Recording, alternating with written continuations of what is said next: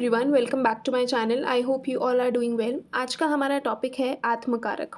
आज हम ये समझने की कोशिश करेंगे कि आत्मकारक का मतलब क्या होता है, इसको कुंडली में किस तरह से हम एनालाइज करेंगे और कौन से प्लैनेट को हम आत्मकारक बोलते हैं। ठीक है, देखिए सबसे पहले तो आप जैसे ही अपनी कुंडली ओपन करेंगे तो उसमें जो सबसे हाईएस्ट डिग्री प्लैनेट होता है उसको हम बोलते हैं आत्मकारक। एस्ट्रोलॉजी में आत्मकारक को बहुत ज़्यादा इम्पोर्टेंस दी गई है।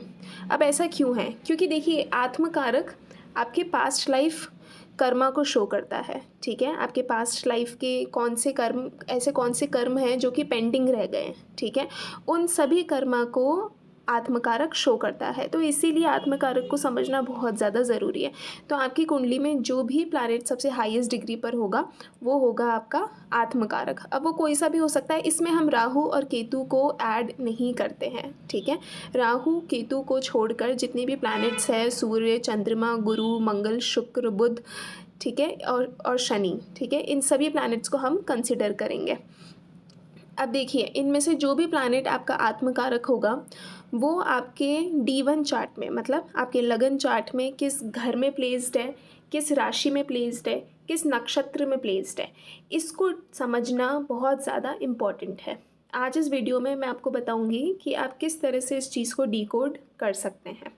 देखिए आत्मकारक एज अ गाइडिंग लाइट की तरह आपके चार्ट में काम करता है। जहाँ पे भी आपका आत्मकारक प्लैनेट बैठा होगा, क्योंकि आत्मकारक प्लैनेट आपका सोल पर्पस होता है कि आपकी सोल की पर्पस क्या है। बहुत सारे लोग ये क्वेश्चन पूछते हैं कि हमारा पर्पस क्या है, हमारी लाइफ का पर्पस क्या है।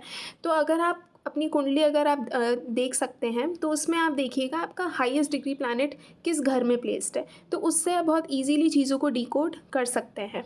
अब देखिए आत्मकारक का एक बहुत ही सिंपल सी चीज़ है कि अगर आपने उससे रिलेटेड अपने कर्म अगर फुलफ़िल नहीं करे तो ये जो लाइफ का साइकिल है वो वापस से रिपीट होता है। ठीक है, तो इसीलिए बहुत इम्पॉर्टेंट है कि आप अपने आत्मकारक प्लैनेट को समझें। आत्मकारक प्लैनेट एक तरह से लाइट हाउस होता है, एक तरह से गाइडिंग लाइट होती है जो कि आपको गाइड करती है कि आपको किस डायरेक्शन में मूव करना चाहिए। ओके, अब देखिए आत्मकारक प्लैनेट आपके 6th हाउस, 8th हाउस और 12th हाउस से अगर कनेक्टेड है। ठीक है, मान लीजिए कोई भी प्लैनेट अगर आपका आत्मकारक बन रहा है और वो आपके 6th हाउस से, 8th हाउस से या फिर 12th हाउस से कनेक्ट कर जाता है, तो यहाँ पे थोड़ी सी प्रॉब्लमैटिक सिचुएशन हो सकती है। अब प्रॉब्लम किस तरह की हो सकती है कि आप लाइफ में कुछ करना चाहते हैं, या फिर मान लीजिए आपका सूर्य 8th हाउस में प्लेस्ड है। ठीक है, अब आप एस्ट्रोलॉजी सीखना चाहते हैं। ठीक है, लेकिन एस्ट्रोलॉजी सीखने तक का पाथ आपके लिए इतना ज़्यादा इजी नहीं रहेगा। ओके, अष्टम भाव में अगर सूर्य प्लेस्ड है तो आप का मन करेगा कि आप अकल्ट साइंस की तरफ जाएं, आप हीलिंग साइंस की तरफ जाएं, बट यहाँ पर आपका जो पाथ होगा उस चीज़ की तरफ पहुँचने का वो इतना ज़्यादा इजी नहीं रहेगा। तो इसीलिए आत्मकारक जब भी 6th हाउस से, 8th हाउस से या फिर 12th हाउस से कनेक्ट कर जाता है तो यहाँ पे जो पर्पस होता है उसको अचीव करने में बहुत ज़्यादा स्ट्रगल करना पड़ता है। तो इसीलिए आत्मकारक को 6th, 8th और 12th में इतना ज़्यादा अच्छा नहीं माना जाता। अब वो डिपेंड करता है, अगर वो अपने खुद के साइन में है तो वो बहुत स्ट्रॉन्ग हो जाता है। ठीक है, अब वो किस नक्षत्र पे है, मतलब वो किस नक्षत्र में प्लेस्ड है, या फिर वो कोई राजयोग फॉर्म कर रहा है, तो उस पर भी चीज़ें डिपेंड करती है। फिर उसमें इस चीज़ को हम इस तरह से डिकोड कर सकते हैं कि उस प्लैनेट के पास इतनी ज़्यादा स्ट्रेंथ है, इतनी ज़्यादा शक्ति है, इतना ज़्यादा बल है कि वो कोई सा भी डिफ़िकल्ट से डिफ़िकल्ट सिचुएशन आ जाए वो उसको गो थ्रू कर लेगा। लेकिन इन जनरल्स अगर आत्मकारक 6th हाउस, 8th हाउस और 12th हाउस से कनेक्टेड है एंड अगर वो खुद के साइन में प्लेस्ड नहीं है, कुछ भी राजयोग में इन्वॉल्व नहीं है, तो यहाँ पे कहीं ना कहीं प्रॉब्लमैटिक सिचुएशन देखने को मिल सकती है। क्योंकि यहाँ पे आपको पर्पस तो पता चल जाएगा, आप कहीं ना कहीं उस डायरेक्शन में मूव भी करेंगे, लेकिन आपको बहुत ज़्यादा स्ट्रगल फेस करना पड़ेगा। अब देखिए, आई होप आपने अपना चार्ट ओपन कर लिया होगा। अब हम एक एक प्लैनेट को समझने की कोशिश करते हैं कि हर एक प्लैनेट, मतलब अगर सूर्य आपका आत्मकारक बनता है, शनि आपका आत्मकारक बनता है, तो आपको किस तरह के रिजल्ट्स देखने को मिल सकते हैं।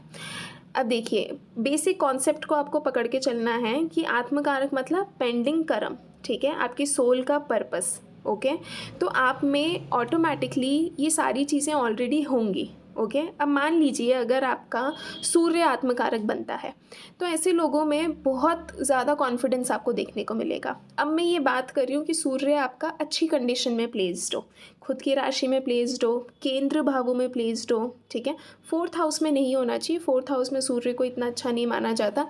खुद की राशि में प्लेस्ड हो, बहुत बल हो उस प्लैनेट में, ठीक है। तो यहाँ पे आप देखेंगे कि इन इन लोगों में कॉन्फिडेंस बहुत ज़्यादा होता है, मतलब कॉन्फिडेंस की कमी नहीं होती है।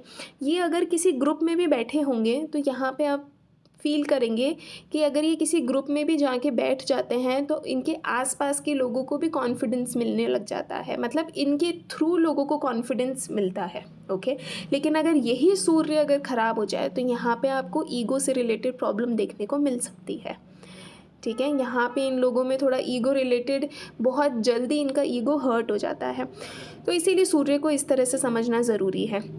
अब सन जब भी आत्मकारक बनता है, मतलब सूर्य जब भी आत्मकारक बनता है और थोड़ा सा भी अगर ये नेगेटिव हो जाए, तो यहाँ पे इन लोगों को लाइमलाइट में रहना बहुत ज़्यादा पसंद होता है। ऐसे लोगों को अटेंशन चाहिए होता है। इनको अगर अटेंशन ना मिले तो इनके लिए ये दिक्कत हो जाती है, ठीक है। ये आपको इनके एक बेसिक नेचर में इनको ये चीज़ आपको आपको देखने को मिलेंगी। तो इसीलिए सूर्य का पॉजिटिव होना बहुत ज़्यादा ज़रूरी है। अगर मेलेफिक हुआ तो यहाँ पे इनमें बहुत ज़्यादा ईगो रहेगा, ये हर एक चीज़ को उसी ईगोइस्टिक तरीके से अप्रोच करेंगे। कॉन्फिडेंस अच्छा होता है लेकिन कई बार ओवर कॉन्फिडेंस बहुत ख़राब हो जाता है, तो यहाँ पे ओवर कॉन्फिडेंस की वजह से प्रॉब्लमेटिक सिचुएशन हो सकती है।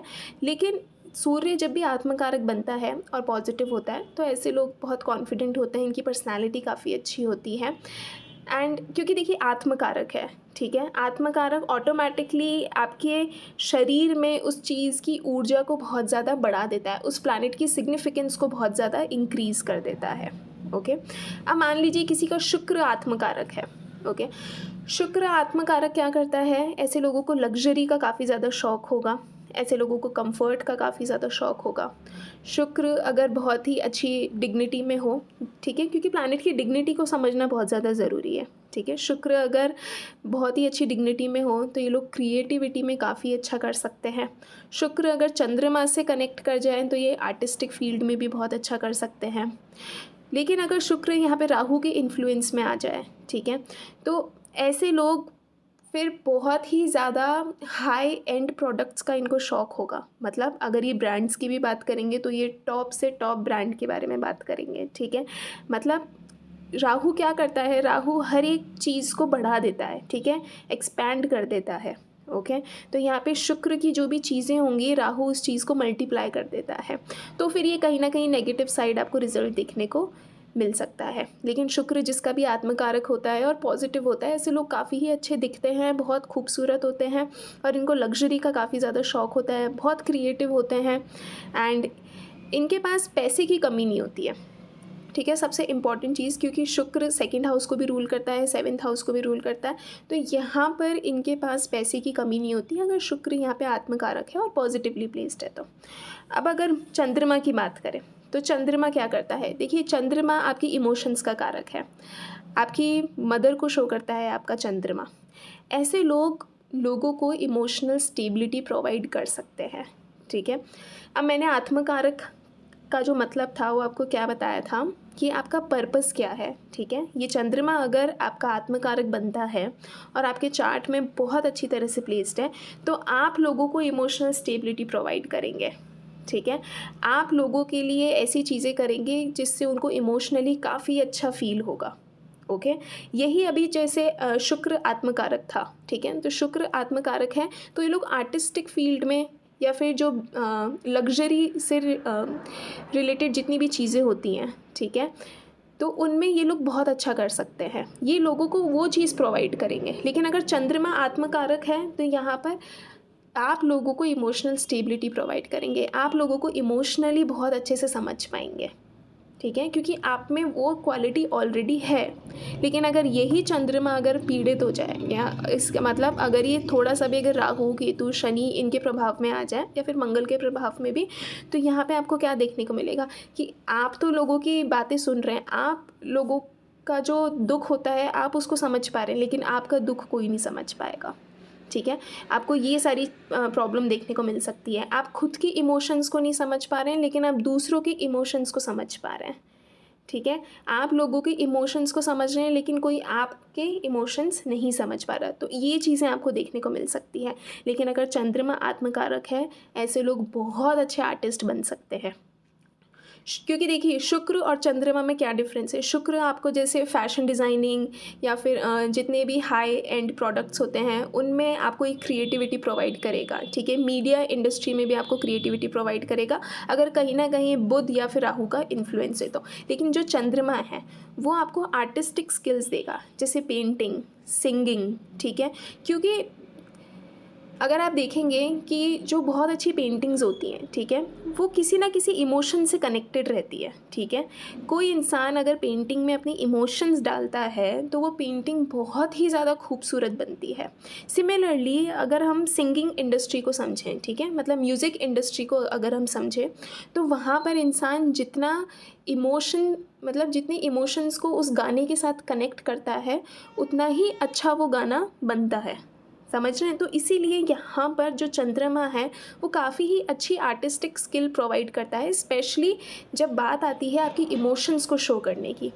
पेंटिंग एक ऐसी चीज़ है जहाँ पे आप अपने इमोशंस को शो कर रहे हो। कुछ लोग डांस के थ्रू अपने इमोशंस को शो करते हैं, कुछ लोग सिंगिंग के थ्रू अपने इमोशंस को शो करते हैं। तो अगर आपके चार्ट में चंद्रमा की स्थिति बहुत अच्छी है तो आप इस तरीके की फील्ड में भी काफ़ी अच्छा कर सकते हैं। चंद्रमा जिनकी भी कुंडली में अच्छा होता है और उनके चार्ट में पॉलिटिशियन बनने का भी योग हो या फिर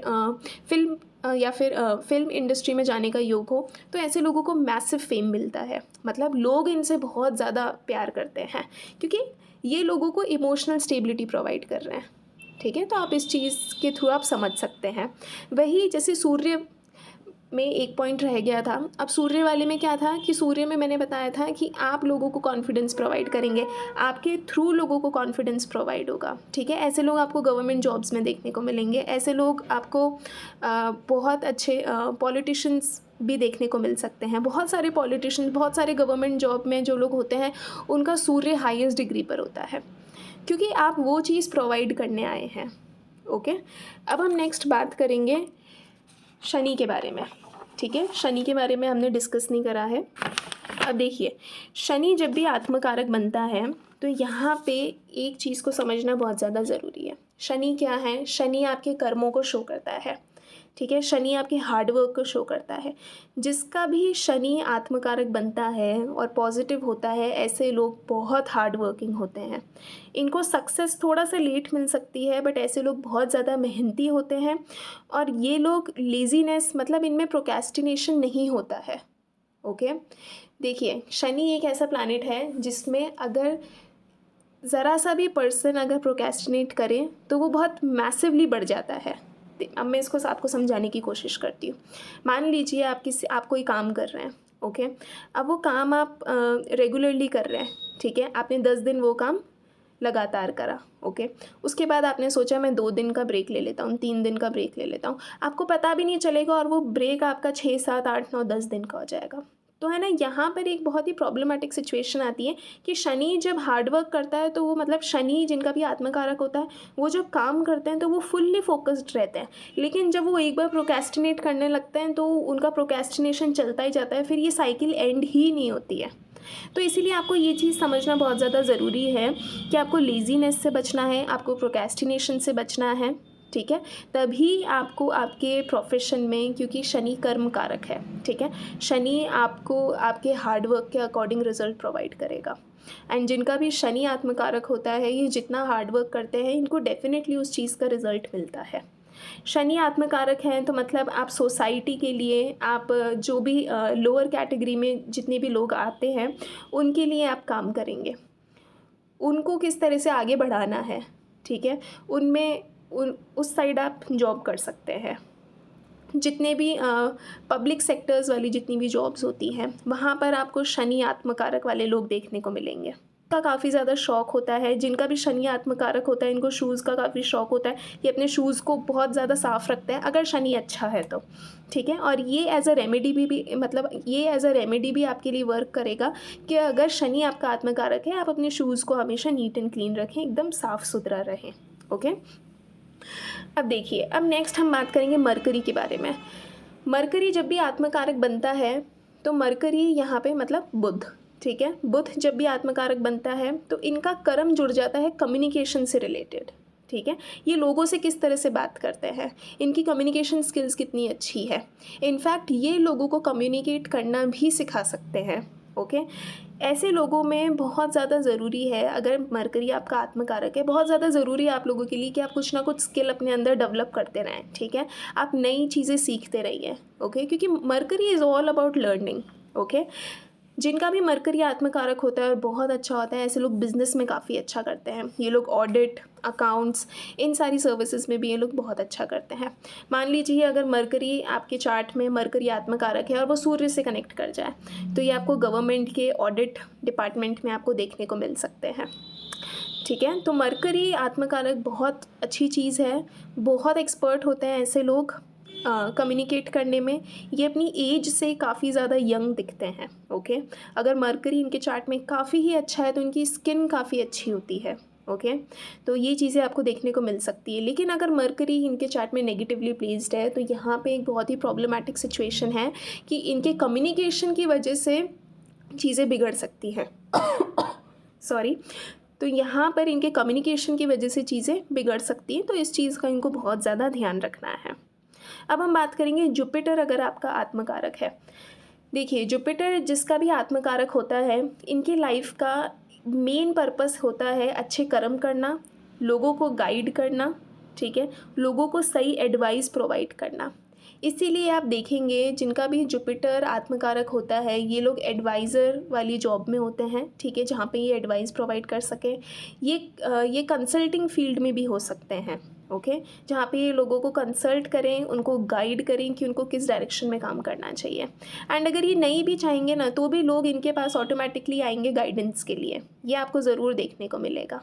बट आपको एक चीज़ का ध्यान रखना है कि जुपिटर जब भी आत्मकारक बनता है, अपने कर्म हमेशा अच्छे रखिए।